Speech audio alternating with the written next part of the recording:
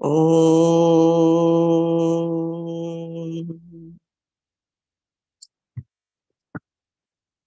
Om.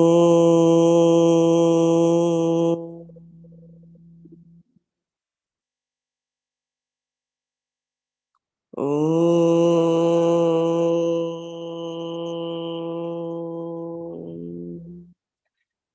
Om Brahmanandam Paramasukadam Kevalam Jnanamurtim Dvandvatitam Gagana Sadrisham Tattvamasyadilaksham Ekam Nityam Vimalamachalam Sarvadhi Sakshi Bhutam Bhavatitam Trigunarahitam Satgurum Tam Namami श्रुतिस्मृतिपुराणानाम् आलयं करुणालयं नमामि भगवत्पादं शङ्करं लोकशङ्करं शङ्करं शङ्कराचार्यं केशवं बादरायणं सूत्रभाष्यकृतौ वन्दे भगवन्तौ पुनः पुनः सदाशिवसमारम्भां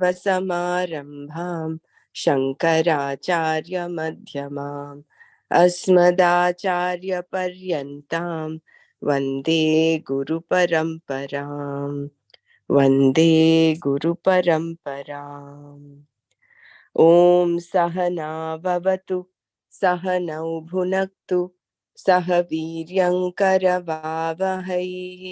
तेजस्विनावधीतमस्तु मा विद्विषावहै ॐ शान्ति शान्ति शान्तिः नारायणं नमस्कृत्य नरं चैव नरोत्तमं देवीं सरस्वतीं व्यासं ततो जयमुदीरयेत्। जय गुरुदेव।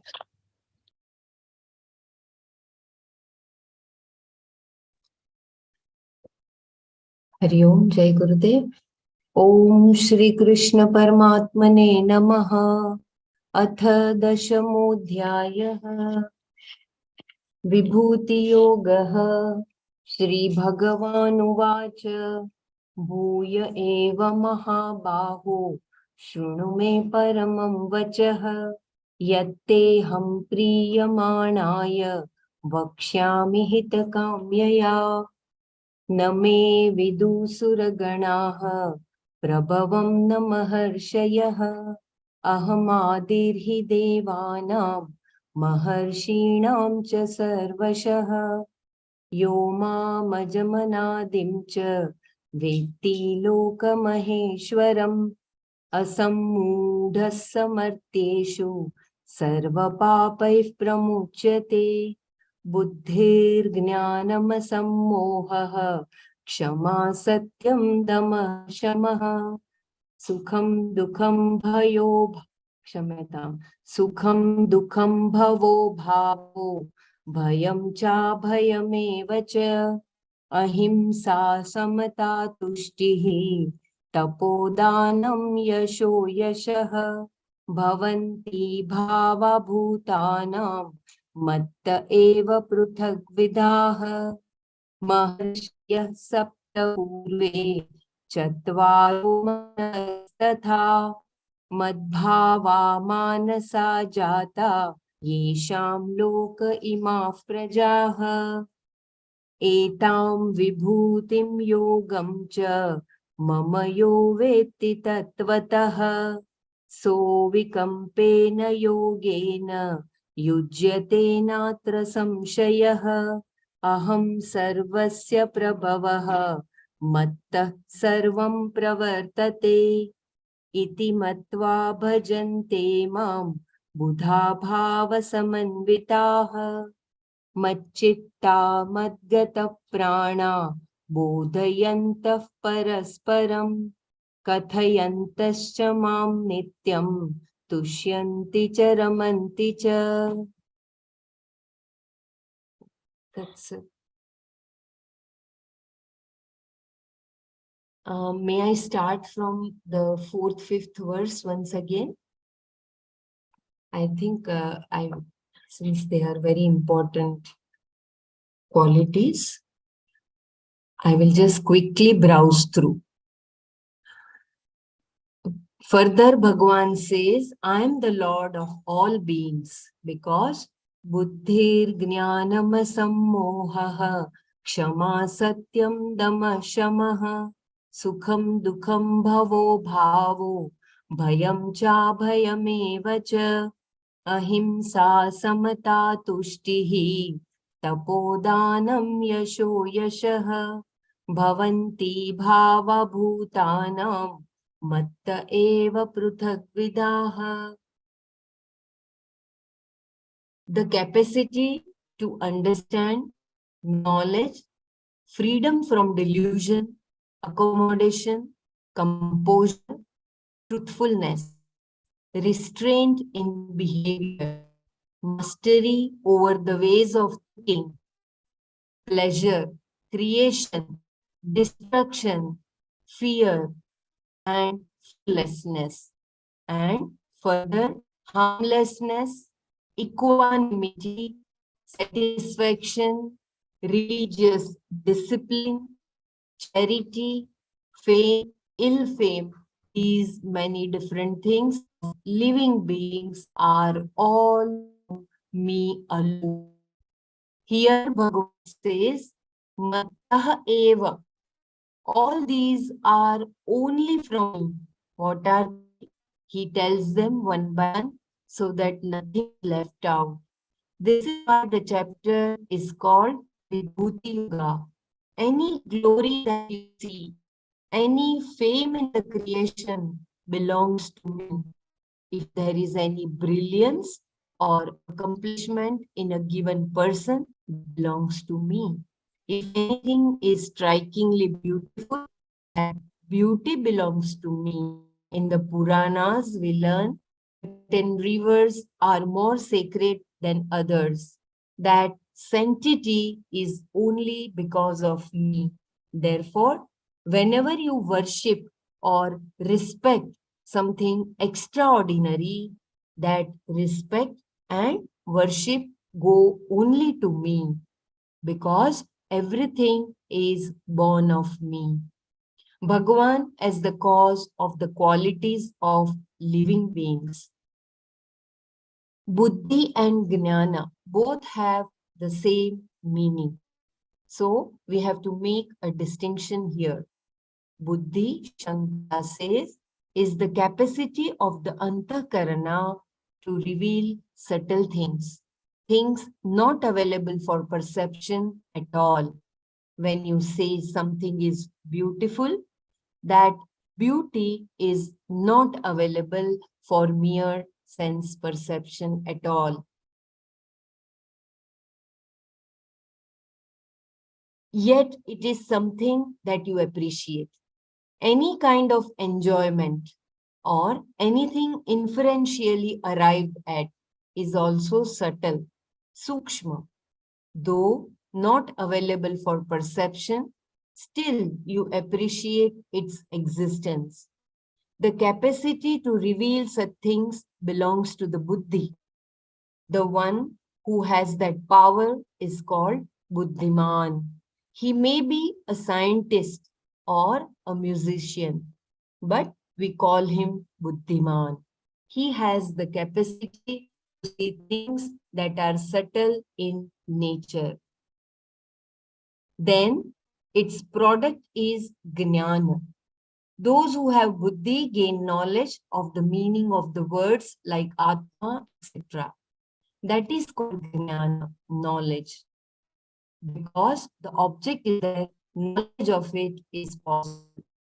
Object is born of me, and knowledge is born of me because being Sajna, all knowledge is with me. Anytime you want to know something, it has come from me. Since omniscience is already there, you do not produce any knowledge. You only remove the ignorance with reference to a given object. Thus, knowledge is born. You may think that you have produced a certain knowledge, Bhagavan says, no, it has come from me.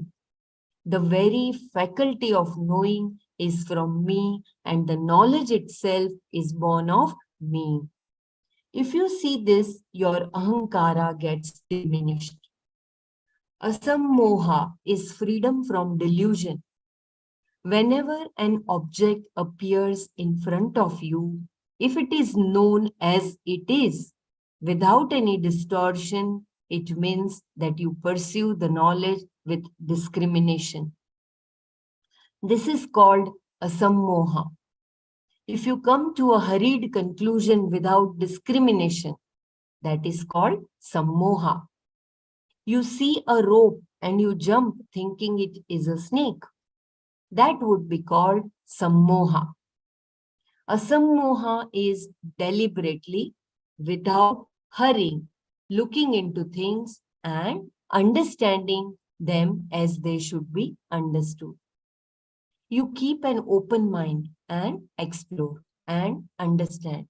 Then there is asammoha. You should know that the senses, the mind, etc. can deceive. They are capable of distortion and do not really present objects as they are. Our perception can be born of our own fear and anxiety, etc. We can even project things that are not there at all. Therefore, proper understanding is very important. It will make you alert that asammoha is also from me, Bhagavan says. Kshama. Suppose you are scolded by somebody or are subjected to verbal or physical abuse. You will not be affected by that if you have Kshama. Kshama is a state of mind in which you do not internalize those things. If someone is angry, you have to deal with his anger. But if in the process you become angry, you are internalizing the problem. Not internalizing is kshama. If somebody is angry, you confine his anger to him. Try to understand why he is angry and do what has to be done. That is dealing with it. The mind that does not undergo any internalization in situations which are not very pleasant is said to have Shama. Satyam. Here Shankara gives a definition of Satya. Satyam yatha drishtasya yatha shrutasya cha atmanubhavasya parabuddhi sankrantaye tathaiva uchcharyamana vak satyam uchyate. Here he has taken the word satya not as an ontological word talking about the reality of something, but as referring to the value of truthfulness in the spoken word. Please remember, it refers to the value of truthfulness in the spoken word. The spoken word should be true to something that is seen or heard or experienced by you.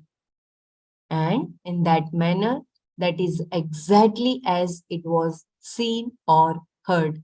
It should be conveyed to another mind in order to make the other mind understand it exactly as you understood.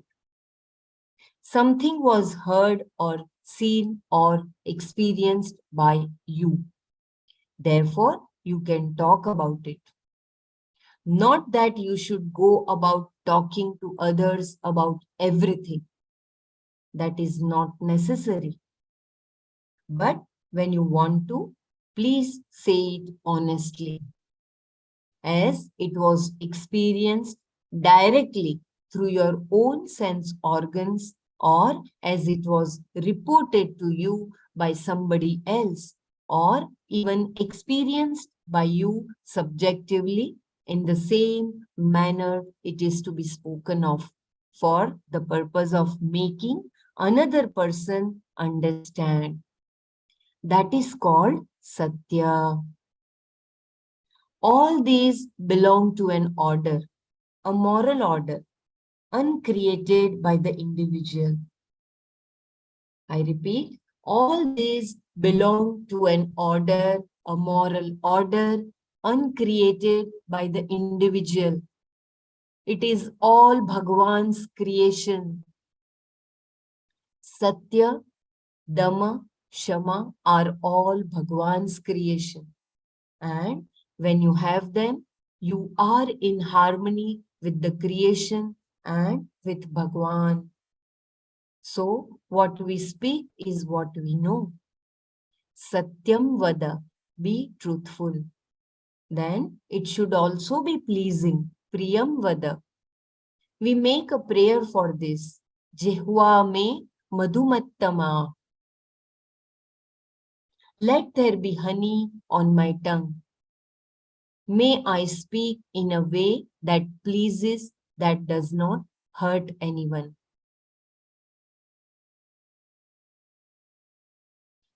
Only a teacher can say hurtful words, nobody else.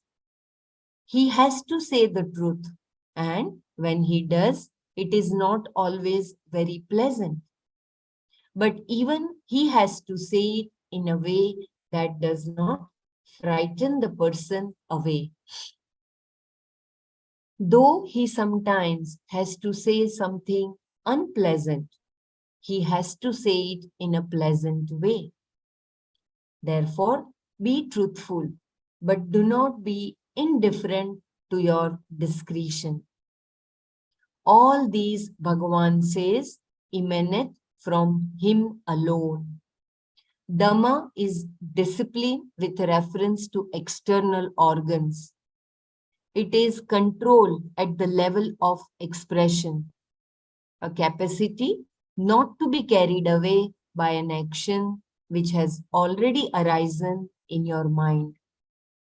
Having arisen, it can be carried out either perceptually or by an organ of action. The capacity to refrain from that is called Dhamma. Shama, a mastery over the very ways of thinking. We do not yield to certain patterns of thinking which we know are harmful or useless. You get a certain space because of which you are able to have a mastery over the ways of thinking. That is called Shama. When Shama is there, we do not need to practice Dhamma because it follows automatically. There is no problem. But in the absence of Shama, we do require Dhamma.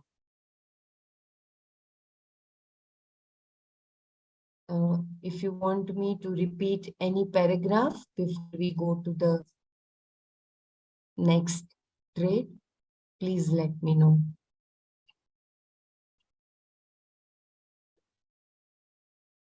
Sukha, inner pleasure or happiness. Even Sukha, Bhagavan says, is born of me. It means there is nothing you can claim as your own. These are all desirable things, and they are all from me alone. Undesirable things are from me. He is going to say later. But here he emphasizes desirable things because undesirable things do not cause a problem in terms of inflating your ego.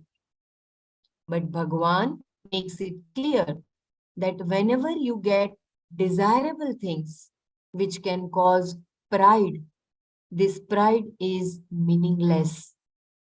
This is what he wants to prove. Wherever there is something praiseworthy, the source of that is me. Therefore, you cannot be proud about it. In one form or another, the ahankara, wants to survive. So Bhagavan says that whatever you accomplish, the accomplishment belongs to me. It is my glory, my fame. As an individual, there is no fame unless you say, I am the Lord. Then you are not an individual. You can say, everything is mine. But purely at the individual level, one has to recognize all glories or accomplishments as vibhutis of Ishvara. Dukkha, affliction, Bhagavan says, is also from me. All pain is according to the law of karma, which is myself, and therefore it also comes from me.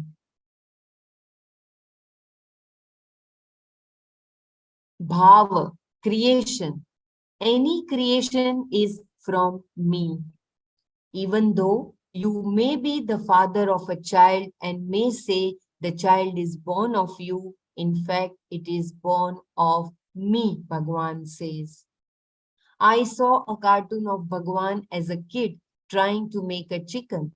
He had all the genes in a test tube. Then the tube broke and all the genes got scattered everywhere. In the cartoon, they show him with a question mark. He is God and he is wondering what to do. It is very revealing. Putting together all these genes to make a chicken is not an ordinary thing. So, if anybody thinks that I am the doer, it is meaningless. The hen can think she created the chick. The rooster can say he is the author. But Bhagavan says, I am the author. Even a creation within the creation is from Bhagavan. That is the idea. Abhava has different meanings. The prefix a can be used in the sense of total absence, abhavarta, or inadequacy, alpartha, or it can be used in the sense of opposite, viparyayartha. When you say there is no light, it can mean darkness, or it can be inadequate light. Here, Shankara takes it as opposite, viparyaya. Why? Because Bhagavan has said creation, bhava. If creation is from Bhagavan, its opposite, destruction, takes place because of Ishvara alone. That there is the possibility of destruction is because of me alone. Destruction means destroying something that is created. There is a law that governs life, and because of that law, life continues. Because of the same law, life goes. The law is Bhagavan, and that is why he says, destruction is also from me. Bhaya, fear, is also from me, Bhagavan says. Because the source of fear is the vastness of the creation and its irrevocability. Certain things, namely death and time, are irrevocable. You can never reverse them. And that inevitability causes fear. Death and time are also Bhagavan. So all fear, bhaya, is caused by him. You can avoid this bhaya if you hold on to Ishvara. But if you think you are going to take care of things, bhaya comes. Please remember, I repeat this line. All fear, bhaya, is caused by him. You can avoid this bhaya if you hold on to Ishvara.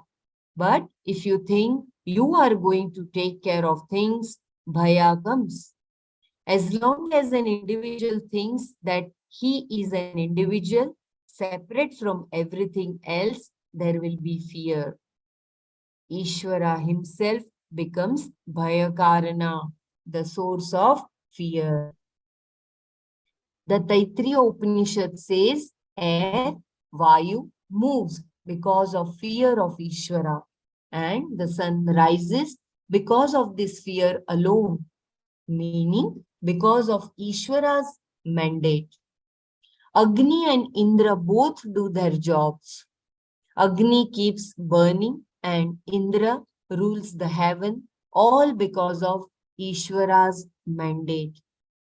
Even Lord of Death is on the move because of Ishvara. Vishasmat vatah pavate vishodeti suryah Vishasmat agnischendrascha mrityur dhavati panchama iti. Can I just chant this verse? Yeah, please, Brahmaraj. भीषास्माद्वातः पवते भीषोदेति सूर्यः भीषास्मादग्निश्चेन्द्रश्च मृत्युर्धावति पंचम इति. This is a beautiful verse from the Taittiriya Upanishad.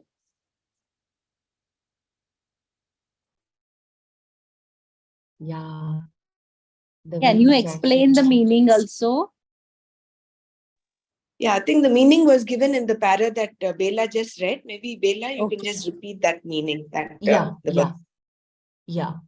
The Taittiriya Upanishad says air, Vayu, moves because of fear of Ishvara, and the sun rises because of this fear alone, meaning because of Ishvara's mandate. Agni and Indra both do their jobs. Agni keeps burning and Indra rules the heaven, all because of Ishvara's mandate. Even Lord of Death is on the move because of Ishvara.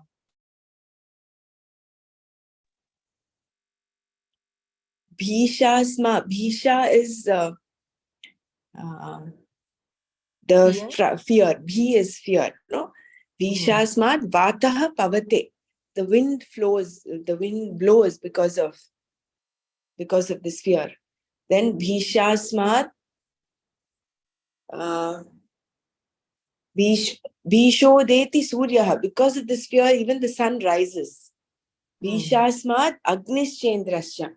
And it is because of this that we have the fire as well as the moon that arises. And then Mrityur Dhavati Panchama Iti. Even Mrityu is because of this fear.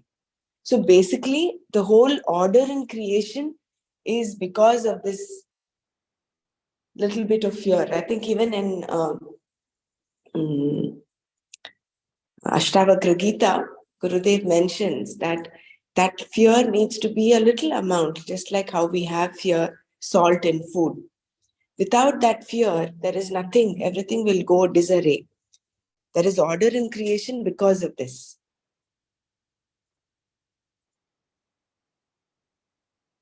Agni keeps burning and Indra rules the heaven, all because of Ishvara's.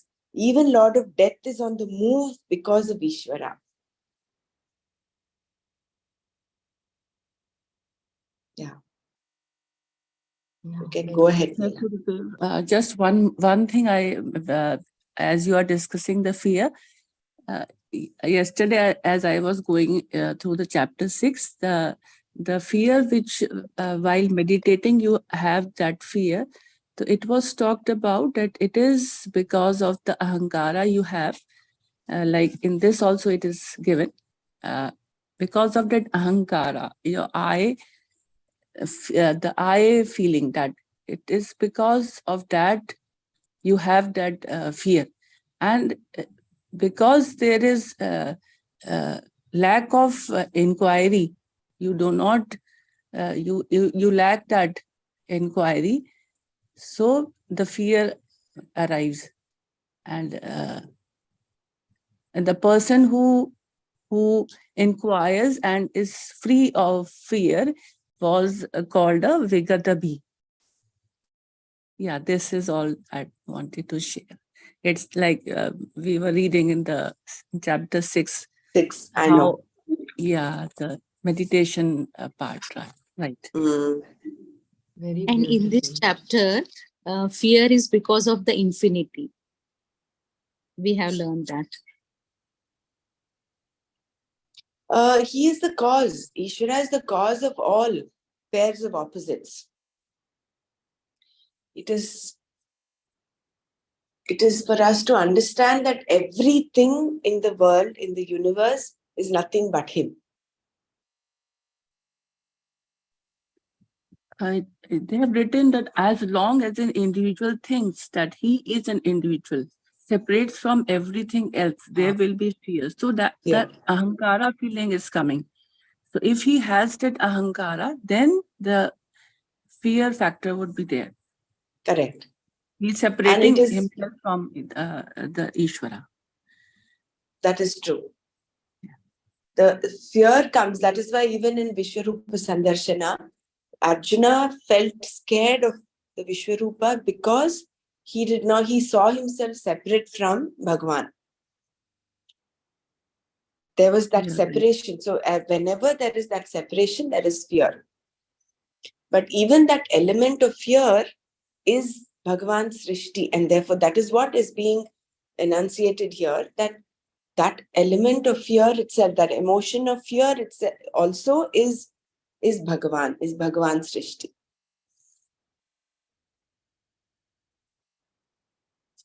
He says when you talk about the meditation, in the, I don't remember which chapter, maybe that the 6th chapter before Atma Sanyam Yoga. There are some, the impressions in the past that in your mind, when it pops up, like when you're deep meditation, that can cause some fear, but it's something that's why people, you have a little afraid of going in deep meditation, things like that. Losing the identity. In Atma Sanyam Yoga, we had seen. Yeah, something, we read that also. But kasaya, the thoughts which erupt is, they are called the kasayas, the memories from the past. The things that some of that have that. And then the other fearlessness, actually, like when you are with God, then you don't feel that fear.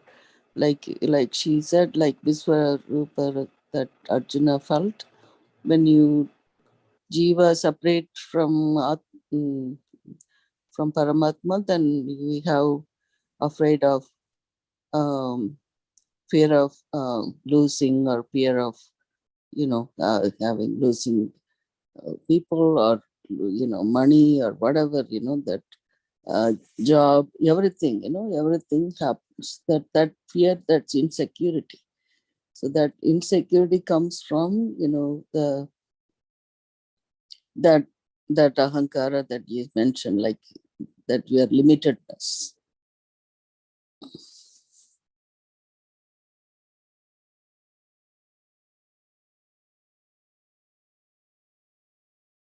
Also, there is a very beautiful, there is a very subtle line between fear and fearlessness. Like asuras were fearless, but their fearlessness was like right now what we see, the environment degradation, how the way people are chopping the forest. And so that here, when in Taittiriya Upanishad, when they say about the elements, I think we have to respect every element which is prevailing in nature, and we have to respect that balance.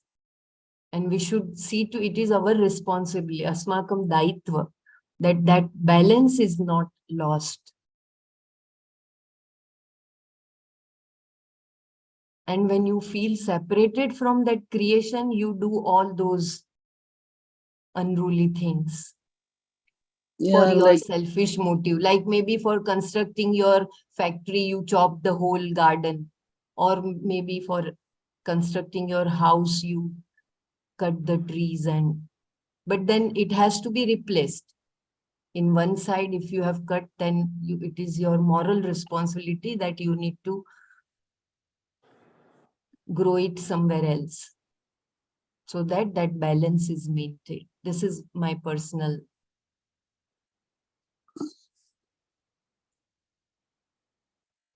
yeah, and also I see that they're using this plastic bags, like when Correct. every time I feel when I go to grocery store, oh, I shouldn't take this, then, at least from now on, I think I'm going to get some small cloth bags separately. You can pick vegetables and put it for them to weigh it. That, when I saw that some of these videos from all this flooding not only in India, everywhere, the same case, yeah. Then I see how we are polluting the nature, and then the river is full of all this.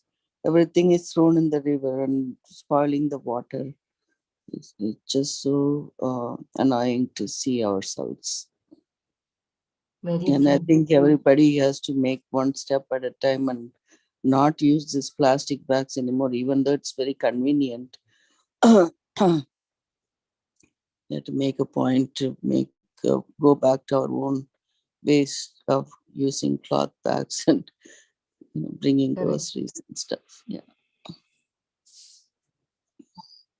Yeah, very beautiful. Yeah, okay. Abhaya, fearlessness.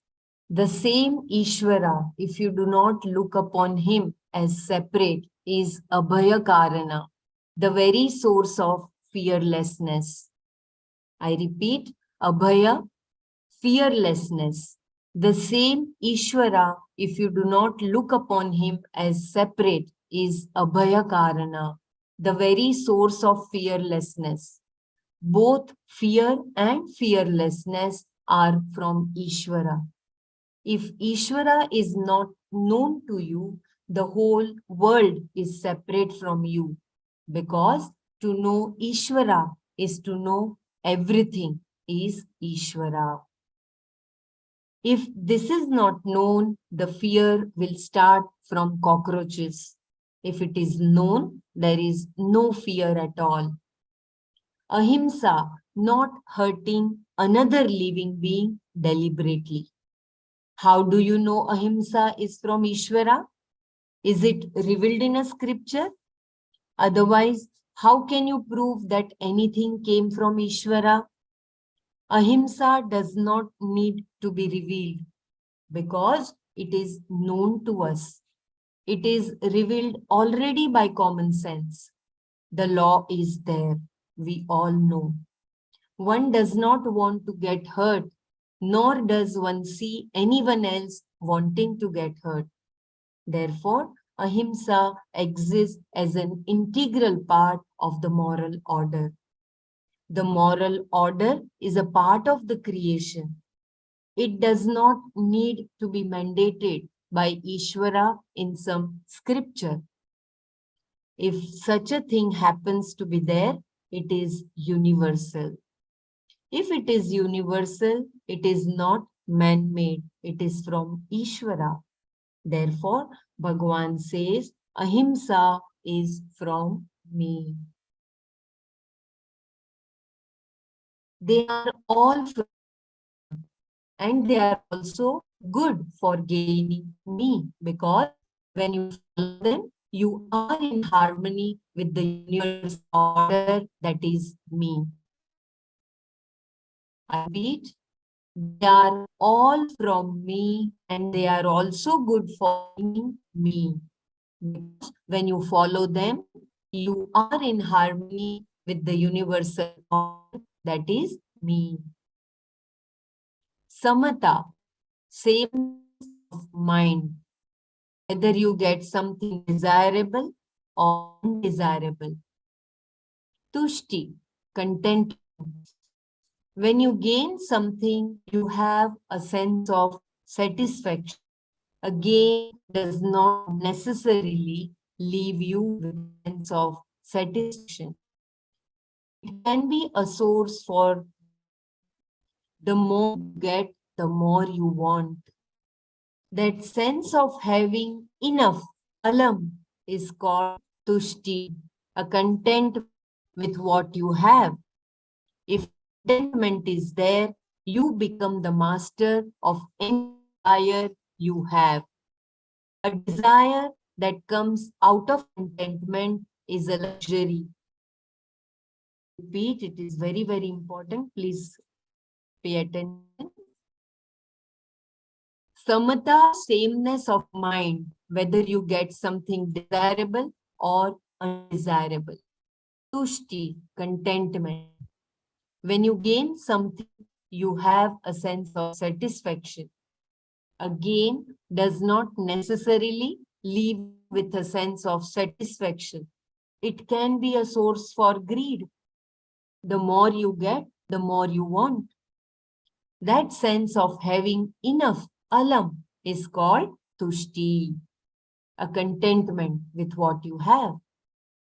If contentment is there, you become the master of any desire you have. A desire that comes out of contentment is a luxury. It becomes your endowment. Because you are capable of desiring, you desire. It is not that you desire in order to be content. You have a contentment out of which desires come, so that all activities become expressions of Ishvara.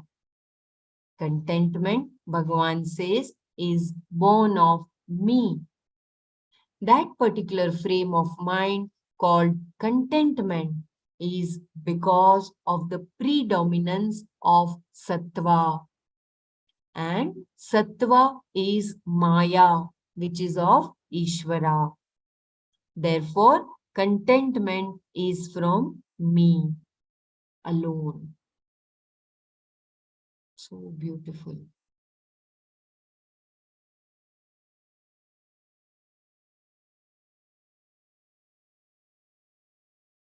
Tapas. Tapas refers to religious austerities. Shankara says that disciplining the body backed by control of the sense organs is called tapas. Suppose someone finds that things are not going according to his will because of his own limitations and finds himself carried away by various situations, then he decides he is going to take charge of his life by undergoing a religious discipline. That is what they call tapas. Any difficulty you willingly undergo for the purpose of some other accomplishment is called tapas. But it should be for antahkarana shuddhi or antahkarana naishchalya or any other spiritual or religious goal. Any pain you undergo for that purpose becomes tapas.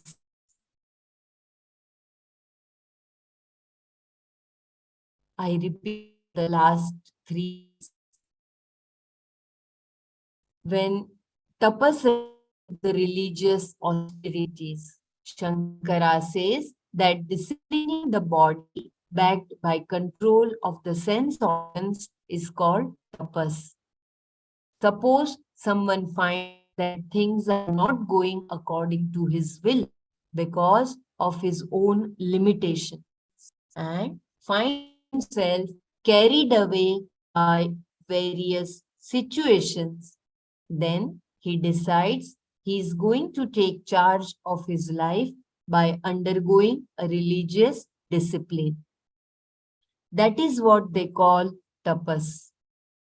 Any difficulty you willingly undergo for the purpose of some other accomplishment is called tapas. but it should be for Antahkarana Shuddhi or Antahkarana Naishalya or any other spiritual or religious goal. Any pain you undergo for that purpose becomes tapas. That also Bhagavan says is from me. Why? Because various disciplines bring about certain definite results. That law which connects the means to the result is from me.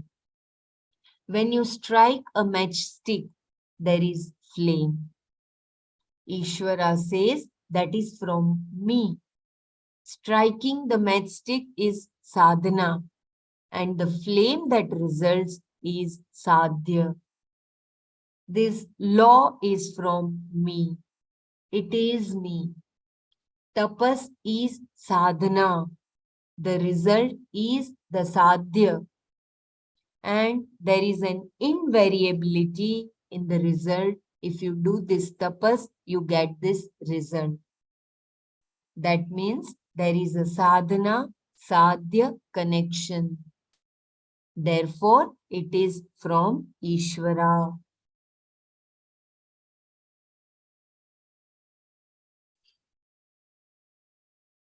Dana means giving.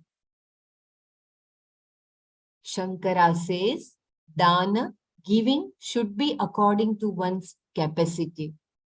This is a very interesting qualification. One should not cross one's limit. You give up to your limit. But if you cross that, somebody else has to give you dana. To give to one's limit, no further is called dana. This capacity to do dana is definitely from Ishvara. It is not something everyone can do. Only those who can give in charity. Charity requires a certain culture, a certain maturity and humility. That disposition to give is a particular punya. To give, one has to have that. Thus, people who can give, keep giving. There are some people who cannot give at all. There are still others who give and complain about it all the time. And then there are people who can give and forget about it. This is dana. There is also another important factor involved in dana. That is the recipient, patra, the one to whom you are giving. You must make sure that the recipient is worthy. Shankara says that it should be proper distribution, sama vibhaga. Propriety in distribution implies selection of the recipient.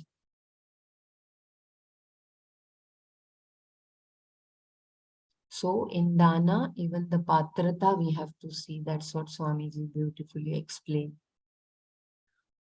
Yashas means fame. Shankara says fame born of dharma. Dharma nimitta kirti is the real fame. I repeat, yashas means fame. Shankara says fame born of dharma. Dharma nimitta kirti is the real fame. This is also from Ishvara. How can you say Ishvara gives fame? Suppose a person has fame. Why is he famous? Suppose it is because he did a lot of charity and people recognize him as a good and great man. Now, the recognition is because of the good he has done. That means there is such a thing as good, which is recognized universally. That good is Bhagavan. That is law, the universal law. So this person is good to all and therefore he becomes famous. But suppose no one cares for what he did. They think it is all silly. Then he will not become famous. Instead, he will be considered an idiot. And again, suppose one's charity is in the form of going to New York City and distributing cocaine. Every day the person buys $100,000 worth of cocaine and distributes it. He may become popular among certain people, but that is not the kirti meant here. That is why Shankara says, Dharma nimitta kirti. But notoriety is also from Bhagavan. I hope I pronounced it correctly. I do not know the meaning. But notoriety is also from Bhagavan. So Yasha, the fame through Dharma Nimitta Kirti is from Bhagavan, not from Adharma Nimitta Kirti. Ayashas means ill fame. Here the particle a is used in the sense of opposite, vipariyal.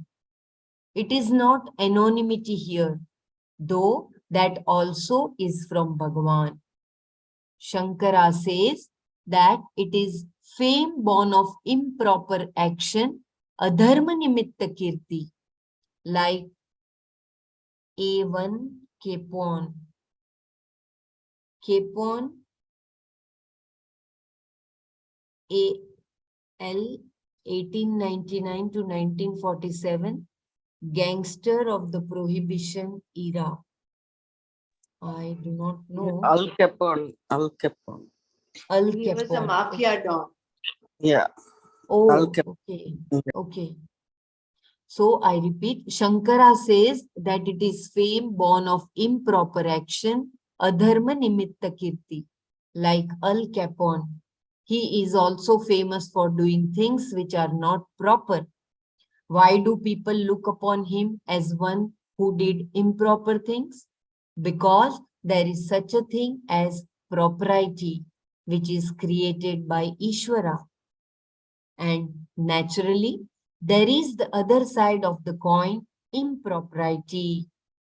Whoever follows that becomes notoriously popular.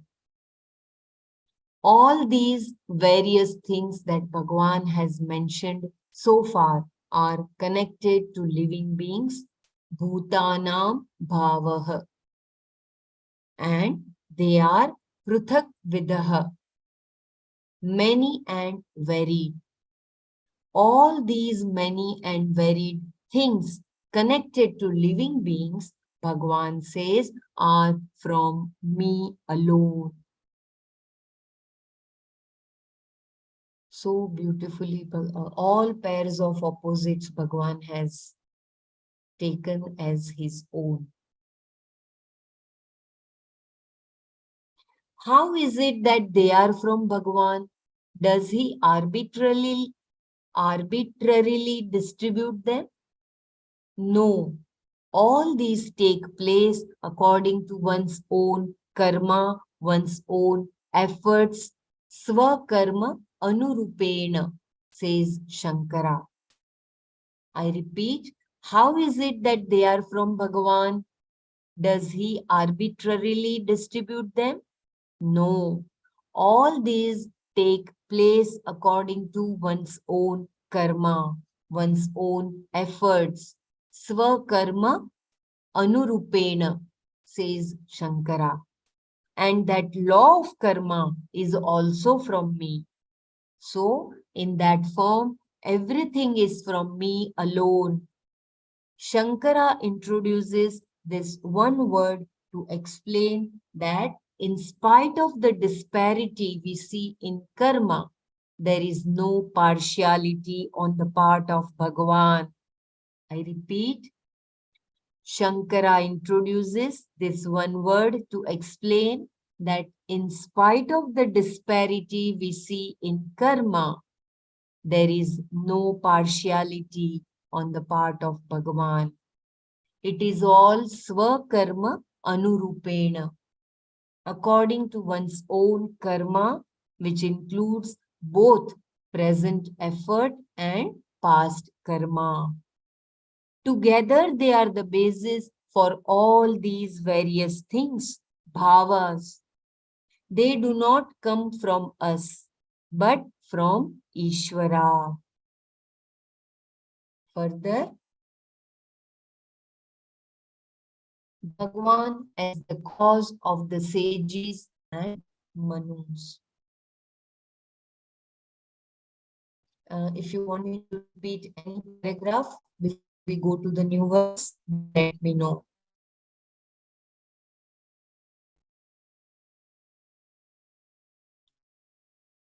Bhagavan as the cause of the sages and manus. There is a voice break. Maharshayah sapta purve chatvaro manavasthatha madbhava manasa jata yesham loka imah prajah. Maharshayah sapta, the 7 rishis, purve, of long ago, chatvarah manavah, the 4 manus, tatha, as well as, madbhavah, those whose minds are resolved in me, manasah jatah, born of my mind, yesham, of these, imah prajah, are all these living beings, loke, in the world. Maharshayah sapta purve chatvarah manavah tatha madbhavah manasah jatah yesham imah prajah loke. The 7 rishis of long ago, as well as the 4 manus who have their minds resolved in me, are born of my mind. And of these are all these living beings in the world. I repeat, the 7 rishis of long ago, as well as the 4 manus who have their minds resolved in me, are born of my mind. And of these are all these living beings in the world. Purve means people who lived in the remote past long, long ago. At the beginning of the creation, in a particular cycle, there were 7 Maharshis. Marichi, Angiras, Atri, Pulatsya, Vashishtha, Pulaha, and Kratu. There is a footnote. This is the generally accepted list of Saptarshis. But at some places, the name Bhrigu replaces that of Angiras. And again, the names of Saptarshis varies with each Manvantara. So important. The names of Saptarshis varies with each Manvantara. According to Puranas, there are 14 Manus. And we are now under the rule of the Manu called Vasvata. The 14 Manus are Swayambhuva, Swarochisha, Uttam. Kindly correct me if my pronunciation is Swayambhuva, Swarochisha, Uttama, Tamasa, Raivata, Chakshusha, Vasvata, Shavarni, Daksha Shavarni, Brahma Shavarni, Dharma Shavarni, Indra Shavarni, Rauchya Deva Avarni, and Indra Shavarni is for the 14th year.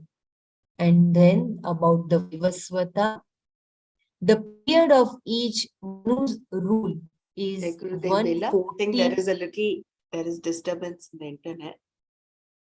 Yeah, kindly please. I will continue sharing the screen. Can you just go up one paragraph? Yeah. Yeah, this is fine. Yeah.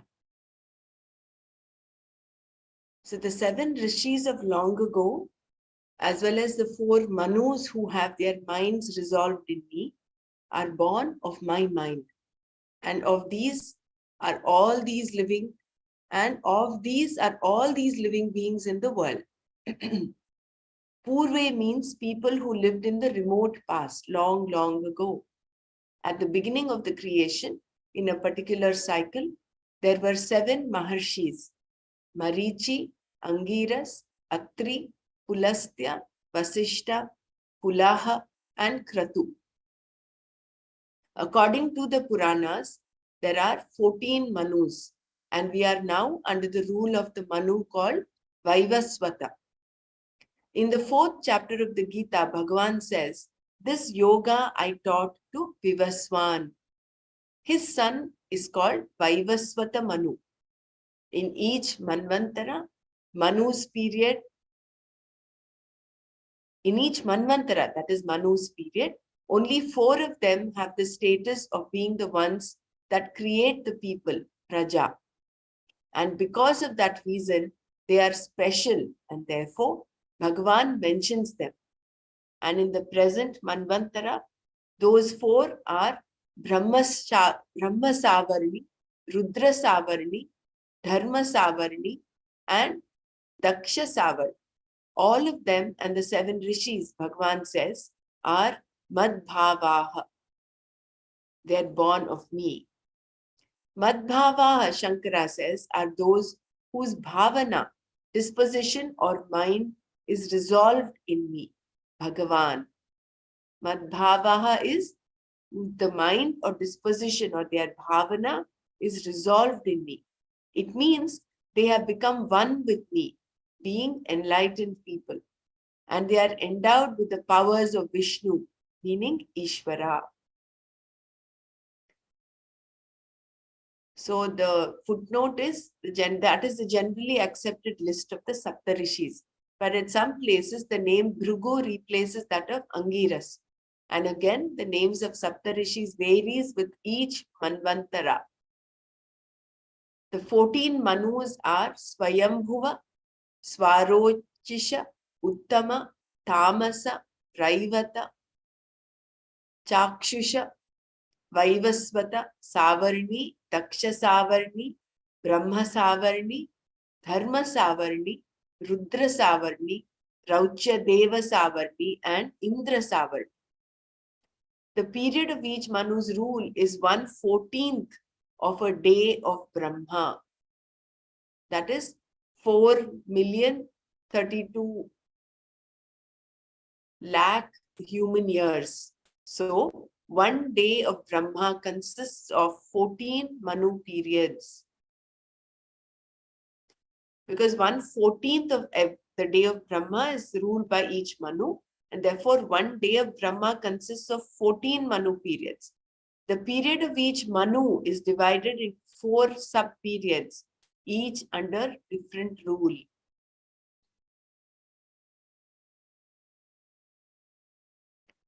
That we saw in the Ages document last in chapter 8.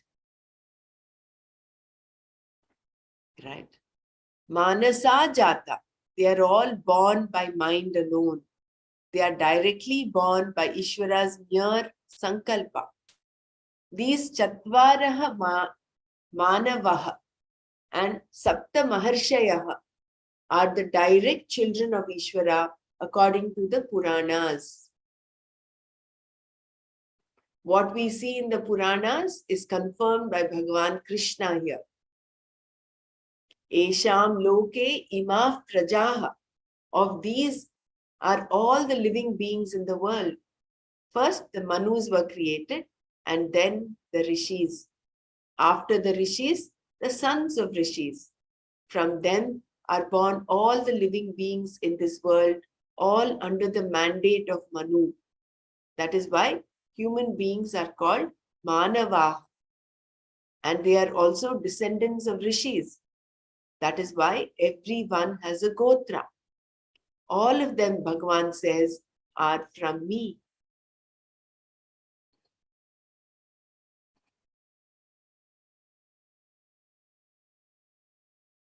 Yeah, I think we will stop here today. Loka, would you like to read Pramaraji what we covered today? I couldn't hear, Bela. What is it? The shlokas, what? Yeah, the Would you shlokas, like we to read the shloka that we covered today, and then we break for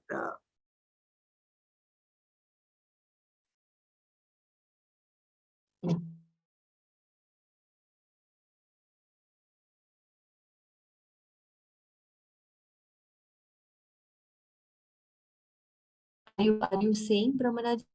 I will say. Yeah, let me chant. बुद्धिर्ज्ञानमसम्मोहः क्षमा सत्यं दमः शमः सुखं दुःखं भवो भावो भयं चाभयमेव च अहिंसा समता तुष्टिः तपोदानं यशो यशः भवन्ति भावा भूतानां मत्त एव पृथक् विधाः. The capacity to understand, knowledge, freedom from delusion, accommodation, composure, truthfulness, restraint in behavior, mastery over the ways of thinking, pleasure, creation, destruction, fear and fearlessness, and further, harmlessness, equanimity, satisfaction, religious discipline, charity, fame, ill fame, these many different things of living beings are all from me alone.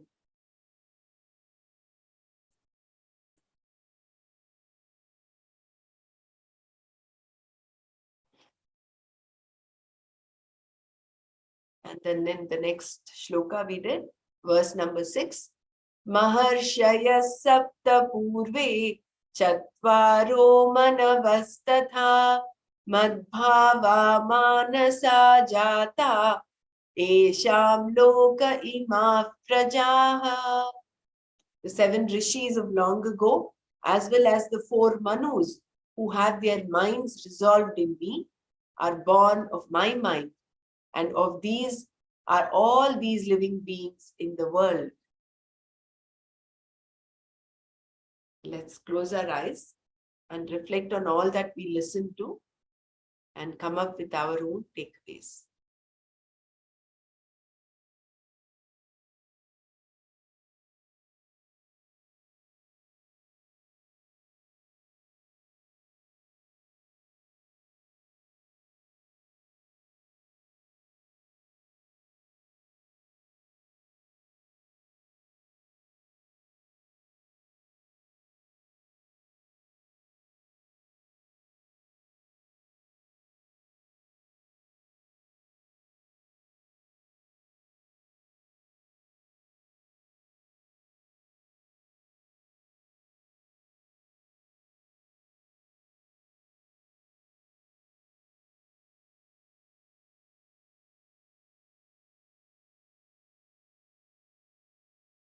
Jai Gurudev.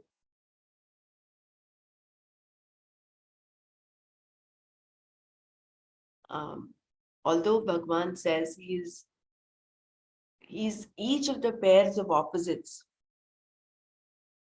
He is fame, ill fame, fear and fearlessness.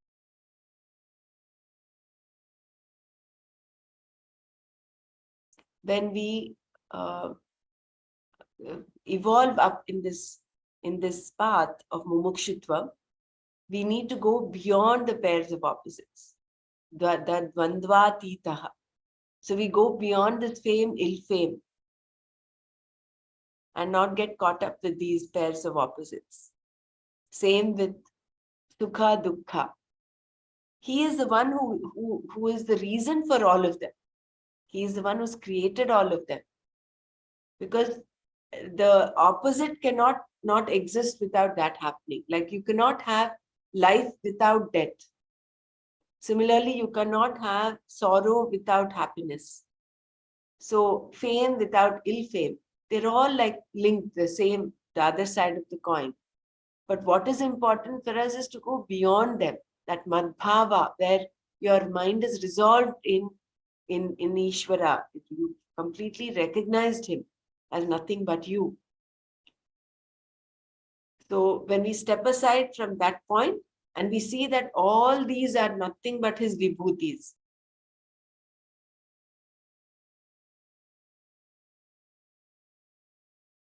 Yeah, please go ahead and share.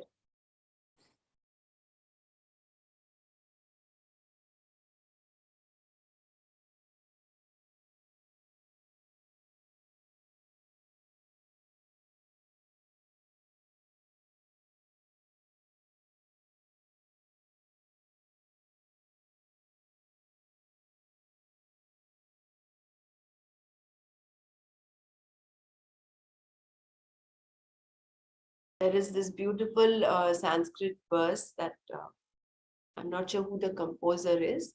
This Yadevi Sarva Bhuteshu Kshudha Rupena Samstita Namastasyai Namastasyai Namastasyai Namo Namah. In that, all the positive as well as the negative qualities are enumerated. She is both hunger as well as satiety. She is both anger as well as calmness. So there is no difference over there. I mean, you look at it with that equanimity, with that samatha. Instead of resisting these pairs of opposites, taking it with that, stepping aside and looking at it as a witness. Otherwise, we tend to get caught up with these pairs of opposites. And I think that is what that clarity of thinking, that shama is, where you have a say on your train of thought. And that kshama is so beautifully mentioned, again, it's so worth remembering it again, is that you don't get caught up if someone else is angry, you don't get caught up in that anger. You let that anger of that person be his anger. You don't get angry with that anger. That is such a mature way of looking at things.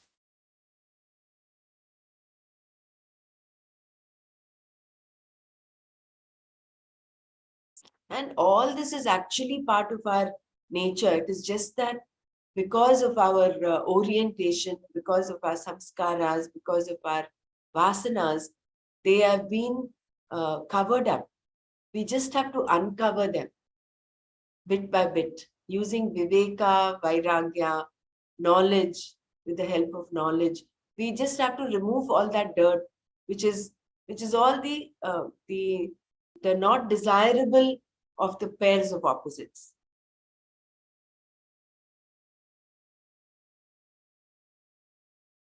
Yeah.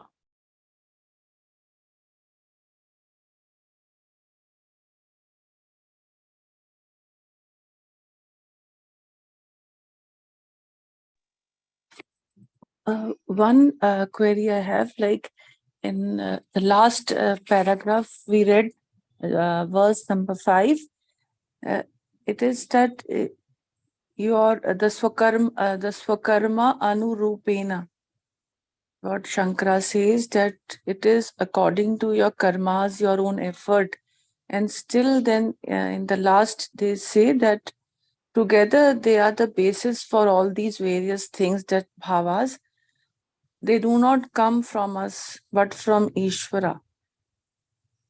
So one side they say that it is your own karma, and then Swamiji say that they do not come from us, but from Ishvara. So there's two contradictory sentences, or maybe. See, I think it's a seeming contradiction, but actually, whatever you do, that swakarma, that with your free will that you're doing, will have its result. What Swamiji is saying and what Bhagwan is saying is that result is I am the giver of the result. That result that is ordained by whatever you do comes from the order which is created by him. So if you do some good deed, you will get punya. If you do some not so good deed, you will accrue papa. That order is what is given by Ishvara. Okay. But you have the free will. No, you are choosing to do, not to do, or do otherwise. With that capacity to decide what to do, to choose which one you're going to do, that is what is in your hands. That is what we are laying the blueprint of our life every moment. Every time we think, we do, we act, we are creating a blueprint for this life and the next life. Right. No, isn't it? So, yeah. But that order, that is why he says at one point, he says, it is impartial. He cannot be partial to anyone. If people in Ethiopia are dying of hunger and there are people who ask, why is God so partial? There are people who have so much of affluence, and then there are people who are dying in poverty. It is not God's creation. It is their own making. It is their own making. Yeah. Some point in time, maybe in the past, thanks to whatever they have, Papa Punyas, the balance of Papa Punyas, they get that particular Janma, isn't it? He is just the Karma Phala Data, impartial. If you put your hand in fire, it will burn. That is the nature. You cannot say because you've done Punya, if you put your hand in fire, it will remain not burned. That Didi, yes, yeah. sorry, Didi, but what we decide, like, is it right or wrong? We are deciding with our own intellect, whatever Vivek Buddhi we have like developed till now. So we don't know actually what is right or wrong. We are with our free will, we are of course choosing now, but like how to improve that and go in the right direction only. That is why we need the Shastra, no? That is why we need the knowledge to purify the intellect so that our thinking process becomes mature, so that we are more akin to Dharma. We are more akin to doing what is the universal law. Like all these beautiful qualities that were enumerated, no? What is all those? The ahimsa, samata, tushtihi, Yes, Didi. Thank you. asammoha. Even that, see, that asammoha is seeing things as they are without clouding it with our prejudice, with our delusions. So how can we, very beautiful question, lovely Inji. I think the answer is to be in knowledge, to be on this, to get the insights, to get that clarity from the Shastra. Thank you, Didi. Which is why Gurudev also says, no, the mind is purified by doing seva, but the intellect gets purified by knowledge. And you need a purified intellect.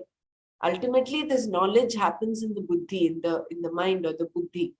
So for that, you require that antahkarana shuddhi plus antahkarana naischalya, that stillness of the mind. Only then can this knowledge dawn or the recognition happen.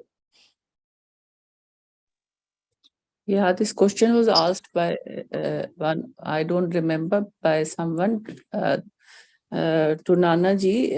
So he said that whatever you are doing, you think in lines of dharma. If you are doing in line with dharma, then you are doing the right thing. And if you are doing against it, then it would be wrong. So it's basically the knowledge of your the ideals which are set in our dharma, that knowledge we should be having. Only then we will be able to decipher like what is right and wrong. Until unless you don't have the knowledge, you will not be able to differentiate between the right and wrong. Yeah, I have a couple of things. One is, what is the sloka he said, and also the under tapas, there is this connection sadhana sadhya. So sadhana is what we do, right? And sadhya is like more like a result. Yes. They're like cause and effort kind of thing.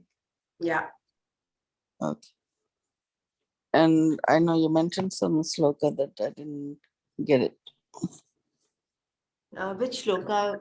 That Dr. one, the earlier you said, namaste, my something. Namastasyai. That is Yadevi Sarvabhuteshu Mm. Rupena Samskrita. I don't know what that the name, the title of the stotra is, but in that all the pairs of opposites are given.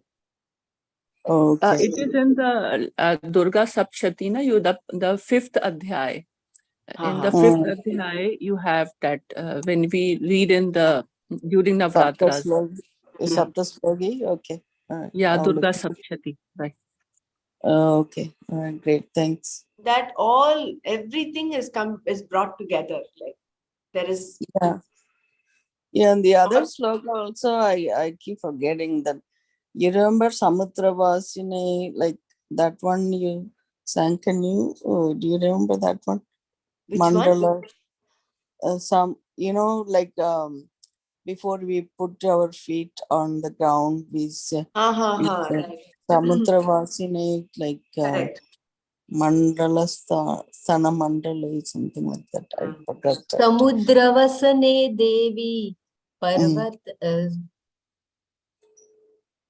Parvatastana Mandale Vishnupatnim Namastubhyam Padasparsham Kshamaswame.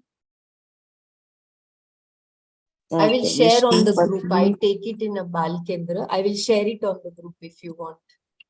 All right, great. Thanks. Please share it, yeah. And then we had that food sloga that we put it together, all that slokas. That'd be nice. It'd be easier for the quiz also. Yeah. I checked on the Sankalpa, Dr. Mara, but I was not able to get anything satisfactory. They were all like bits and pieces. So maybe even when you're reading the sloka today, that Maharishis and all that, it gives some understanding, but I wish they'd correct. So let me it a little bit more. searching for the correct and complete Sankalpa. They were all in bits and pieces on Google. It is Karagre Vasate Lakshmi. Yeah, that is Karagre Vasate Lakshmi, Karamule Saraswati, Karamadhye tu Govinda, Prabhate Karadarshanam. Samudra Vasane Devi Parvatasthana Mandale, Bhumi Devi Namastubhyam Padar Sparshan Kshamyatam. Samaswati. Okay, got it. It's a lovely way of waking up in the morning where you're bringing in that sanctity, that you are recognizing the divinity everywhere, and you're bringing in that sanctity into every act of your life. Yeah, I think we have to kind of keep reminding ourselves to do that. Yeah. So we go to chapter 6. We were in verse number 43. We did the verse yesterday. I'll just chant the verse one more time. Tatra tam buddhi samyogam labhate paurvadehikam yatate chatato bhuyaha samsiddha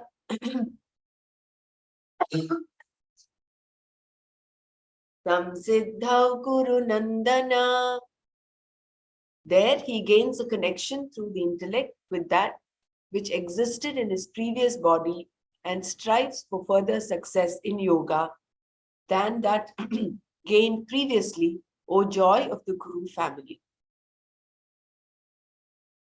Tatra refers to either of the two families referred to in the previous two verses, the cultured dharmika family of the wealthy man committed to dharma, or the family of yogis.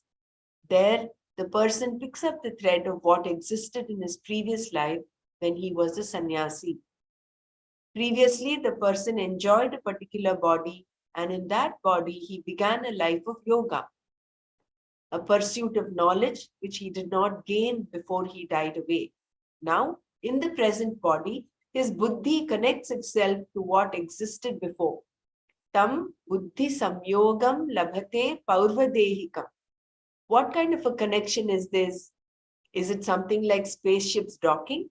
No. The connection with what existed before means that the person picks up the thread from where he left behind in a previous birth and continues to gain greater success. And then what happens? The person again becomes a sannyasi, a yati, and because of the previous samskaras, makes an even greater effort to gain more than he gained before. Tatah bhuyah. Why? For success in yoga, samsiddhau, to gain the knowledge that is moksha. Krishna uses Arjuna's words again here. Arjuna had asked, Krishna, having not gained success in yoga, what end does the person reach? Aprapya yoga samsiddhim kam gatim Krishna gacchati. Answering Arjuna's question, Krishna talks about the same samsiddhi, success in yoga, which is in the form of self-knowledge. For gaining that samsiddhi, the person can make further effort because he has the buddhi samyoga, the connection with the samskaras he had before. The connection with the past is by means of the intellect. This is why wherever there is a man studying the Shastras, generally at least one of his children will show an interest at a very young age. This child will go and sit with the father and will not be interested in things that children are usually interested in. Why? Because there is a connection with the previous tendencies, purva samskaras, through the intellect. Arjuna was addressed as Kuru Nandana here, Kuru being the name of the family into which Arjuna was born. Kuru Nandana means the joy of the Kuru family. Krishna perhaps uses this name here to remind Arjuna of the advantages of this present birth. Further, Krishna says, oh, I think we came here actually. Purvabhyasena te naiva kriyate hyavashopi saha jignasurapi yogasya shabda brahmati vartate. Tena purva abhyasena. By this previous practice, eva alone, avashaha api, even helplessly, sahahi, kriyatehi, is indeed carried away, yogasya of yoga, jignasuhu api, even as one who is desirous of the knowledge, shabda brahma, the Veda, ativartate, goes beyond. Tena purvabhyasena eva avashaha api saha hriyate yogasya jignasuhu api shabda brahma ativartate. By this previous practice alone, he is carried away helplessly, even as one who is desirous of the knowledge of yoga goes beyond the Veda, that is, beyond the karma kanda of the Veda.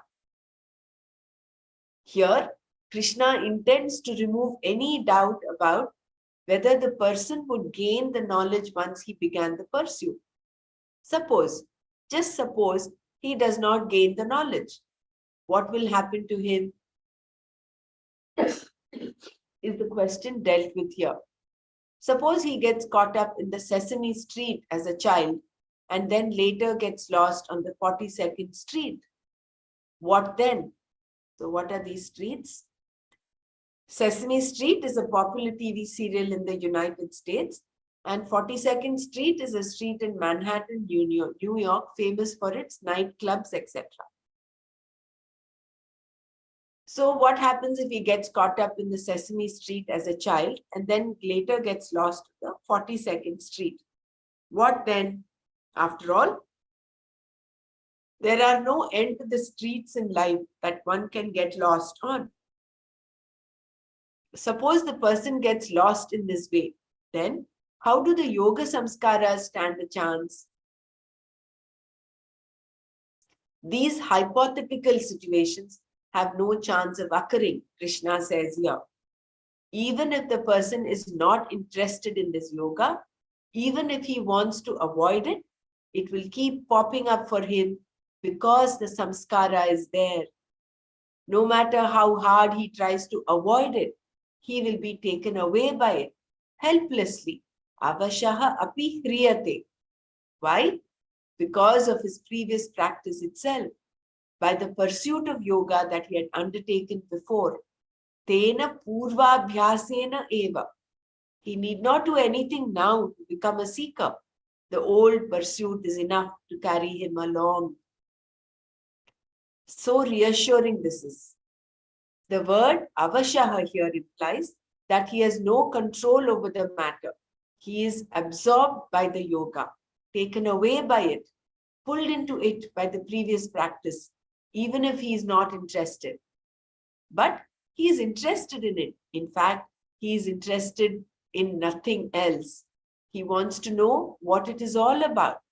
And even if he is not that interested, even if he is only mildly curious, this yoga will keep popping into his head and he will want to know what self-knowledge is, what all the talk about enlightenment means, and so on.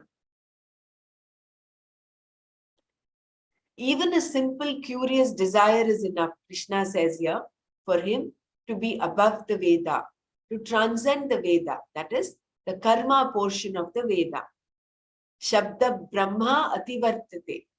It will cause him to give up all the karmas again, become a sannyasi, and continue his pursuit of the knowledge. Nothing will interest him except the subject matter known as Vedanta. Nothing else. None of the means and ends discussed in the Veda will interest him at all. In other words, in no time, this person will discover vairagya, dispassion, because it is natural for him. I will just read this little part before the 45th verse. Once self-inquiry has begun, there is no going back. Krishna answers Arjuna's question by telling him that once you have started to inquire into the self, there is no going back. Nor is there a bad end for any kind, of any kind.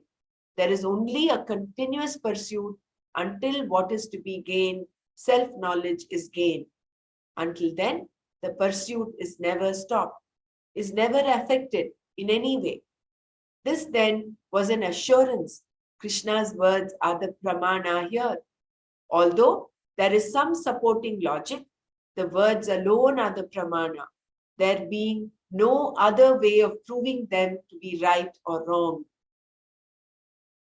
In the next verse, Krishna describes the ultimate result of this pursuit. We'll do this tomorrow. If anyone wants to just add or share their takeaway for this verse, please do before we close.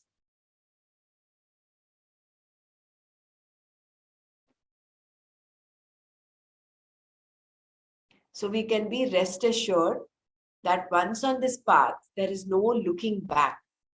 There is no, theoretically, although there are different streets that you can go into, there is no way that will happen.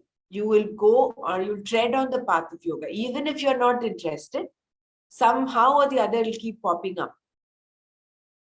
And the fact is that you will be interested. Having done all this inquiry into the self-knowledge, you will of course come back onto the path, back on track.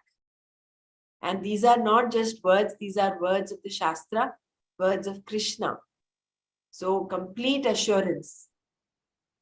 It's such an insurance to our path. Yes, go ahead. He'll be taken away helplessly. So helplessly, like some situations would be created so that he will have to walk on that path. Yeah. Is it that way? Yeah, that is the way. helplessly. Okay. Yeah, like, helplessly. Yeah.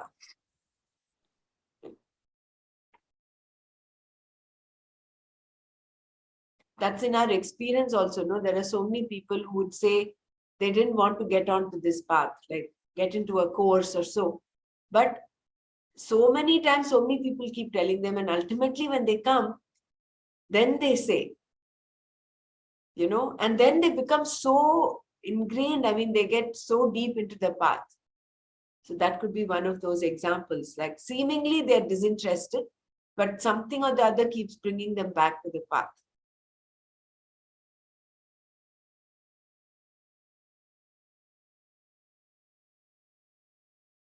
I remember before closing, I just want to share this one in anecdote that one of the senior teachers had shared, Girin Bhaiya had shared. Girin Bhaiya pointed out a person across the street or across the road somewhere to Gurudev, and he said he needs to come back. I think he did one course or so, and then he drifted away. Apparently, Gurudev said he will take a long time. He still has time to come back. So probably it is all a combination of how much of our samskaras are there, yoga samskaras are there. If our yoga samskaras are strong, of course we will come back onto the path. But everybody who starts this journey will, of course, get connected to this. That is the assurance that Bhagavan is giving. So no matter what intensity, but you will be there. And the greater effort you put in this janma, that will take you more into a more firmer path next janma.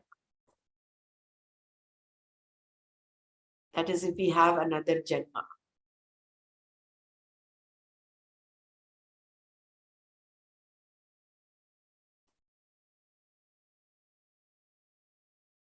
Om Loka Samasta Sukhino Bhavantu.